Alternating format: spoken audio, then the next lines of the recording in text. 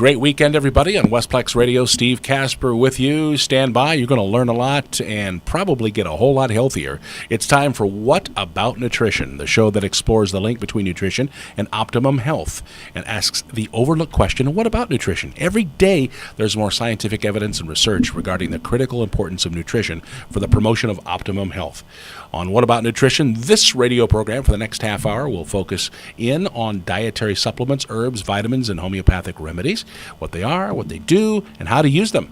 We'll also discuss diet, exercise, and other aspects of living a healthy lifestyle in the 21st century. Your host is David Gall. I'm Steve Casper. Now, David is the owner of O'Fallon Nutrition and a graduate of Washington University and Huntington College of Health Sciences and Comprehensive Nutrition Program. And so welcome to the show. And remember, always consult your healthcare practitioner before beginning any new supplements or other changes to your lifestyle. The purpose of the show is to inform, educate, and entertain, not to diagnose, treat, or prevent any disease. We do our best at entertaining as well. But I would take that word the slightest in that list. David, we're getting some great feedback on this show. Oh, good. It seems like everywhere I go, I just had another one just yesterday. Hey, I love that What About Nutrition show on Westplex Radio. So, people can hear the show on Saturdays at 10 a.m. on Westplex News Talk 94.1 and on Sundays on Westplex 100.7 FM, playing whatever we feel like. So just think 10 a.m. Saturday and Sunday, the News Talk station first, and then again, if you want to hear the show again, it's always on Sunday here at Westplex 100.7 as well at 10 a.m. So welcome to the show. Great show last week. What did we do? Oh, I really enjoyed it. Last week was our show on the neurotransmitters, Steve. I'm sure, of course, you remember. Well, we in radio, we know about transmitters. That's right. And, of course, we have transmitters in our brain. Yep. So what I'd like to do for our first segment today is we're going to do just a quick review of last week and then mention some things that we didn't get to last week and also discuss a little bit about, what products are available that kind of match up what we were talking about in terms of these neurotransmitters last week. Okay. And then in the second part of the show today, we're going to discuss blood sugar issues and hypoglycemia, another really important topic that also has to do with mood, but is just important as well. So, of course, last week we did a review on the neurotransmitters, which is a fancy term for brain hormones. And we discussed how different amino acids or protein particles are actually used by the brain to manufacture different mood hormones in our brain, different neurotransmitters.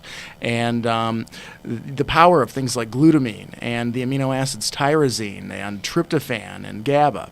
So I wanted to review briefly the benefits of those and mostly get to some products that are available for folks and how to use them and situations to look for. So briefly, we had glutamine, and glutamine serves as the emergency fuel source for the brain. For example, if you anticipate that you might have low blood sugar, you don't have time to eat, or you're experiencing low blood sugar, it's a great sort of emergency stand-in. Before this show, I didn't have a chance for a snack on my way out the house. I did have a good breakfast today and a snack later, but been a couple hours since I'd eaten, so I took a couple capsules of glutamine, and I'm feeling good right now. Wow. Yeah, and I'm pretty sure that if I hadn't done that, I'd be sitting here and it'd be a little harder to think, a little harder to talk, because I wouldn't be able to focus. And distracted. Right. Because we know blood sugar is the only thing that can feed the brain, with the exception of this amino acid glutamine. So, glutamine helps feed the brain as an emergency fuel source. It's a great base to have in there. Tyrosine is an amino acid that the brain uses to convert to dopamine and the adrenal hormone norepinephrine. These are members of a family called catecholamines, the three cats, we call them. Got that down. Caffeine kind of is a copycat of the three cats. It mimics the three cats. So if folks need caffeine a lot, that tends to mean that they might be low in hormones like dopamine and norepinephrine. And it's possible they might be able to use a little tyrosine or its cousin, another amino acid called phenylalanine, which is a little milder, to stimulate production of these hormones, providing the raw material to make them. Then there was tryptophan, really cool stuff. Tryptophan, of course, we hear about that in turkey and putting us to sleep at Thanksgiving, but tryptophan is responsible for the production of serotonin, as well as our sleep hormone melatonin, which I don't believe I got into much last week. So tryptophan converts to serotonin, which we can think of as one of our main good mood hormones. And then, of course, serotonin is used later in the afternoon and the evening to make our melatonin.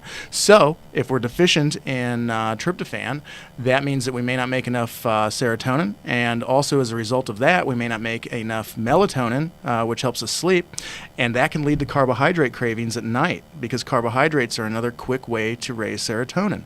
So a lot of folks tend to crave them in the evening if their serotonin levels are dropping. And then we also discussed GABA, gamma aminobutyric acid. That's a brain hormone or neurotransmitter in its own right, and it's calming. We can think of it as something that mops up excess stress hormones like adrenaline and cortisol.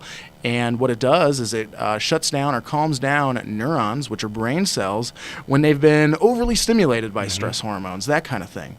So that's a quick review of these amino acids. We also discussed a little bit on St. John's wort and the fact that it also is known to raise serotonin, as well as that other mood chemical 5-HIAA in the brain. And of course, we discussed how SSRIs, which are most of your common antidepressant medications, belong to that category.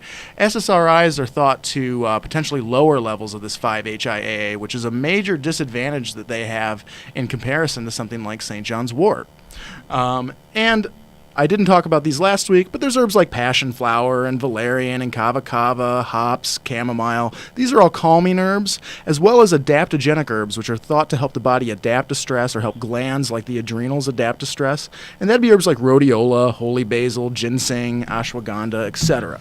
So what I'm getting to is what we did not have time to cover last week, which is actual various products. So this is all cool, and a lot of folks are probably excited and thinking, wow, I have another method of perhaps improving my mood or working with some of these things that I hadn't thought of before. There are options out there.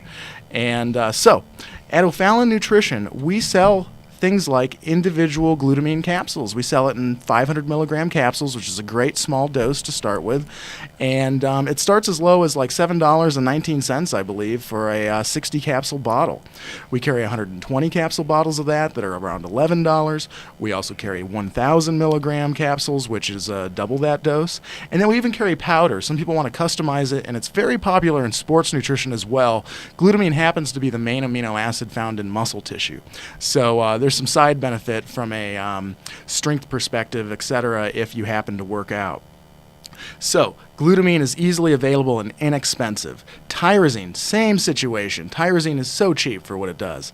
I believe, again, in our store, it's around $7.20 or so for 60 500 milligram capsules of tyrosine. And when you think that that's something that converts to dopamine and norepinephrine in your brain, that actually helps you make these neurotransmitters that make you feel awake and focused and full of life and motivated, I mean, it's a steal. And of course, we carry larger bottles with 120 capsules, etc. Yeah, I would imagine. Sure. We know about our pharmaceuticals. We know about the American Medical Association and all the doctors, and it's just when you stop and think about how you can get this stuff just naturally through O'Fallon Nutrition, and then there's a general resistance, doctors, because there's so much in bed with the pharmaceuticals. Right. I mean true. that's a whole 10-show series right there. It is, and it's really unfortunate that the way things have gone that way. But there's some truth to that, and medical schools tend to get a lot of funding from pharmaceutical companies, et cetera, and physicians. In defense of the physicians, they're not trained very much in this. Most medical schools require 0 courses of nutrition to graduate. They might have a few seminars. I don't get that. Right. It's just the way it's allopathic medicine, which is what MDs in the United States practice. And allopathic medicine tends to focus on the pathology of disease and pharmaceutical remedies for that. So really, it's what they're trained to do. A chiropractor is trained to adjust bones and muscle and things like that in order to provide a benefit. An allopath is trained to use medication or surgery to provide a benefit. So it's really not their forte. Now, some doctors become excellent in this, and some of the best nutrition books are written by MDs. Yeah. Because when they decide to focus on this and actually pay attention to the science rather than automatically dismiss it, they tend to become some of the best advocates for nutrition when they do that. And we talked about last week, Steve, pharmaceutical companies need to patent a product in order to make it profitable. If it boils down to this, if you're a company and you can get a patent on the product, then you're the only company allowed to sell it for well over a decade. Nobody can compete with you. You can set the price for whatever you want. A lot of folks remember how expensive Prozac was when it first came out, and for years afterwards. Now there's finally generics available. But the fact of the matter is that these natural substances, and this is a critical point for everyone to understand, they already exist on Earth. They are not new inventions. They cannot be patented. Therefore, the market controls the cost. Yeah. Any number of companies can manufacture these. Now, they have to follow the same rules that food manufacturers do, and they do get inspected by people like the FDA, but they're regulated a little bit more like food. And that does keep the prices low. So something like tyrosine, although it's really exotic sounding, is nothing more than a little protein particle that is found in things like chicken breasts or eggs. Yeah. And here we're just talking about isolating it and having it by itself in a capsule, which gives you this awesome advantage. We can take it on an empty stomach, and then it crosses over into our brain through something called the blood-brain barrier much more readily than it does with food. So folks are wondering, oh, why don't I just eat more food with these things? Well, first of all, you should. A lot of folks are deficient in protein, and that's one of the reasons they don't make enough of these brain hormones. But secondly, there's this advantage. When we take these individually, we can take them between meals, which I did not get into last week. And when we take them between meals, they cross the blood-brain barrier, which means they actually get into our brain at full strength, and they can make larger amounts of these hormones more quickly. That's the whole crux of the matter. Unhampered by digestion. Exactly. And everything else. They don't have to compete with other particles of protein. And it's fine to eat 20 or 30 minutes after these.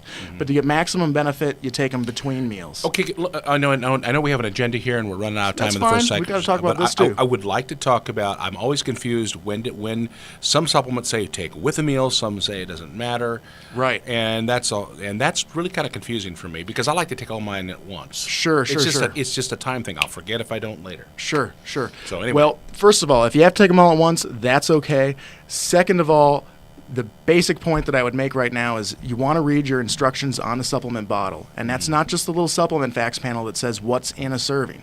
There's always another part, often it's labeled suggested use, where they'll give you a little bit more detail. And long story short, you want to pay attention to, do they say with a meal, or do they say between meals, or sometimes they don't say. And when they don't say, it usually means it does not matter. Okay. But if it matters, they'll usually say. And when we get back after the break, I'll make a couple more quick points on that subject. You've been listening to part one. We'll come back with part two of What About Nutrition on Westplex Radio with David Gall, Mr. Nutrition from O'Fallon Nutrition, yes, in O'Fallon, Missouri. We will be right back.